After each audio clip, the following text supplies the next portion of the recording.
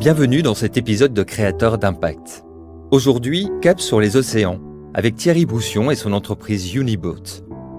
Imaginez des bateaux qui ne finissent plus abandonnés sur les plages ou enfouis sous terre, mais qui retrouvent une nouvelle vie, plus durable et plus verte. C'est l'idée derrière Uniboat, prolonger la vie des bateaux en les reconditionnant et en intégrant des technologies innovantes pour minimiser leur impact environnemental. Une aventure qui allie passion de la mer et engagement pour la planète. Les navires ont une durée de vie de 40 ans, mais combien de temps passe-t-il réellement en mer ? Comment Thierry a eu l'idée de faire passer l'allongement de la durée de vie d'un bateau de plaisance par la case économie circulaire ? Quels nouveaux modèles de partage et de co-navigation peuvent permettre demain d'aller encore plus loin ? Thierry Boussion nous répond en nous embarquant dans les coulisses de Uniboat. Uniboat est né il y a un peu plus de 2 ans à Batte-sur-Mer, près de la Baule, en Loire-Atlantique. Ce projet représente pour Thierry Boussion l'alliance parfaite de ses deux passions, la mer et l'engagement environnemental. Ancien skipper aux Antilles et passionné de plaisance, il a voulu combiner cette expérience avec son expertise professionnelle. Il a dirigé une agence de communication dédiée à l'accompagnement d'industries en matière d'impact environnemental et social positif. C'est ainsi qu'est né Uniboat. En fait, l'idée est venue d'associer une réflexion autour de la plaisance et de constater qu'en fait, on consommait le bateau, mais on n'avait pas forcément d'action engagée sur l'allongement de la vie des bateaux, le reconditionnement des bateaux, à l'instar de ce qui se fait dans le téléphone ou le vélo. Et donc, on a mené une petite analyse du marché, enfin même une sérieuse analyse du marché de la plaisance, et on a constaté qu'en fait, un bateau avait une durée de vie de 40 ans, un bateau de plaisance construit en fibre de verre, et que sur 40 ans, il avait un usage de à peine 2 ans, entre 1 et 2 ans. Et on s'est dit, c'est quand même fou de voir ces bateaux détruits au bout de leurs 40 années de vie, alors que certains d'entre eux sont probablement aptes au reconditionnement. Et plutôt que simplement de dire, on va récupérer la coque et on va la reconditionner, on s'est dit, on va reconditionner la coque, mais on va y intégrer la notion d'économie circulaire. Et donc, on reconditionne chez Uniboat les coques de bateaux en gardant à peu près 80% des pièces d'origine que l'on reconditionne nous-mêmes ou que l'on remplace par des pièces reconditionnées et que l'on va upgrader avec des technologies qui permettent d'améliorer l'impact environnemental. Concrètement, si je prends un voilier, on va le remettre en état général et puis on va enlever le moteur diesel et on va lui mettre un moteur électrique. Si je prends un bateau hors bord, on va garder le moteur hors bord, mais on va faire en sorte de le transformer pour qu'il puisse utiliser du biocarburant. Et puis, on va essayer de reconditionner toutes les pièces du bateau en limitant la production de nouveaux déchets. Et c'est ce qui nous permet de créer des gammes de bateaux reconditionnés garantis, plus écologiques et plus économiques. Donc ça, c'est hyper intéressant parce que ça correspond aussi, au standard moyen du plaisancier moyen qui veut chercher un bateau, mais qui ne veut pas non plus se ruiner sur un bateau neuf qui offre d'autres avantages, mais surtout des budgets beaucoup plus élevés. Reconditionner des bateaux n'a pas été une démarche évidente au début.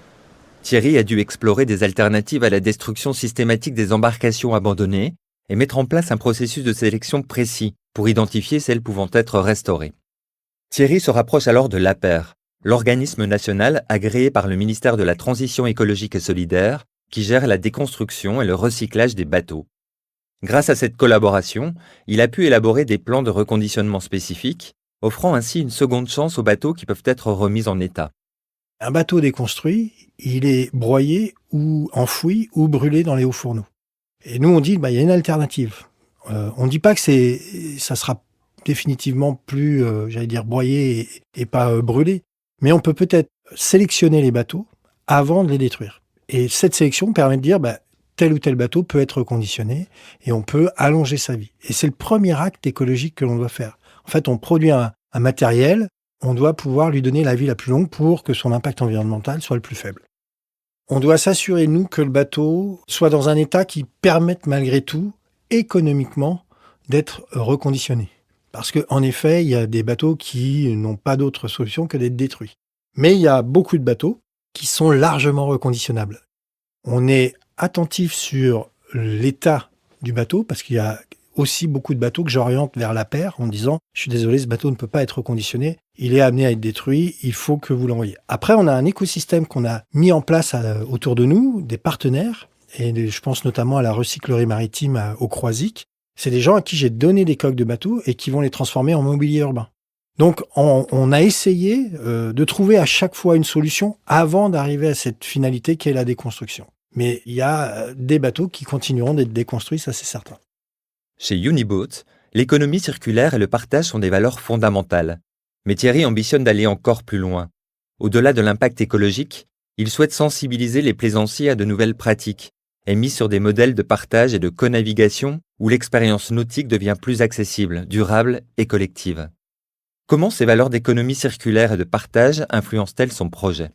En fait, nous, on a un domaine d'activité stratégique qui est le reconditionnement, mais on est aussi hyper attentif aux nouveaux usages, à comment accompagner le plaisancier dans son utilisation du bateau. Est-ce que demain, le plaisancier est forcément propriétaire de sa coque ? Peut-être pas. Peut-être qu'il peut partager son bateau à plusieurs. Peut-être que c'est un propriétaire qui accepte de louer son bateau à l'année à plusieurs locataires. Il y a plein de solutions à imaginer qu'on doit co-construire avec les plaisanciers. Et c'est ce sur quoi on travaille en parallèle de notre approche. Il y a plein d'initiatives qui sont en train de se mettre en place. Ce qu'il faut, c'est, acculturer le plaisancier au fait d'accepter de pouvoir partager son bateau. On a une culture très ancrée sur la propriété du bateau en France. Mais la nouvelle génération qui arrive avec une expertise du partage du bien qu'on pourrait dire inutile, parce qu'un bateau, ça n'a rien d'essentiel, et qui, me semble, peut capter l'intérêt des futurs plaisanciers. Le reconditionnement du bateau s'inspire du reconditionnement des voitures, des vélos, des téléphones, des smartphones, et l'idée, c'est d'aller encore un peu plus loin et de se dire on pourra peut-être partager cet usage. Aujourd'hui, Uniboat reconditionne entre 10 et 15 bateaux par an. Mais Thierry vise bien plus haut. Son ambition est de dépasser la centaine de bateaux reconditionnés chaque année et d'atteindre, d'ici 2035, 5% du marché de l'occasion. Avec une demande en forte croissance, Thierry est persuadé que Uniboat a les moyens de répondre à ce besoin. Quels sont les signaux qui lui permettent de croire en la réussite de son projet ? On est une jeune start-up, on n'a que 2 ans. Notre objectif, c'est de passer d'un statut de chantier expérimental à une industrie. Donc aujourd'hui, on est 8 personnes. On était il y a encore quelques mois que 3. Et on double notre chiffre d'affaires par 2 quasiment chaque année, mais on est encore dans une dynamique de croissance et de recherche de fonds. Tous les bateaux que l'on reconditionne ont un objectif d'être revendus, soit à des particuliers, soit à des professionnels de la location, soit à des professionnels divers. On est convaincu qu'il y a une attente, puisqu'on voit bien aujourd'hui, on a un niveau de demande qui est relativement élevé et une capacité de production qui ne peut pas suivre aujourd'hui. Donc on est dans cette démarche de vouloir grandir pour répondre à cette demande.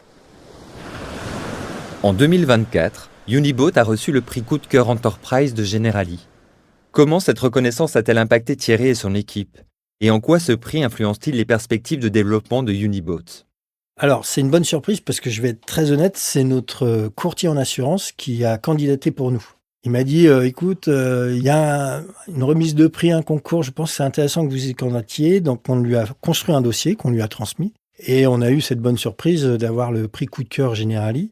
C'est l'occasion de mettre en lumière Uniboat, de mettre l'action du reconditionnement dans la filière nautisme qui me semble hyper importante. C'est aussi l'occasion de rappeler qu'on est une jeune boîte et qu'on cherche des partenaires financiers, donc j'en profite. C'est aussi l'occasion de remercier les équipes parce que j'ai une équipe qui est formidable, qui fait des efforts à tout niveau pour qu'on arrive à mettre en avant cette initiative et faire en sorte que ce modèle puisse vraiment exister. Donc c'est encore une fois une reconnaissance supplémentaire parce qu'on en a déjà eu pas mal, mais qui met une petite dimension un peu sympa. Donc non, c'est chouette. En réinventant les pratiques de l'industrie nautique, Uniboat choisit de hisser haut les voiles de l'innovation et de l'économie circulaire. Thierry Boussion, porté par ses convictions et son amour de la mer, trace une nouvelle trajectoire, celle de la durabilité et de la responsabilité. Uniboat s'ancre dans un avenir où la plaisance rime avec conscience. L'entreprise continue de se développer, prête à franchir de nouveaux caps pour transformer le marché de l'occasion nautique.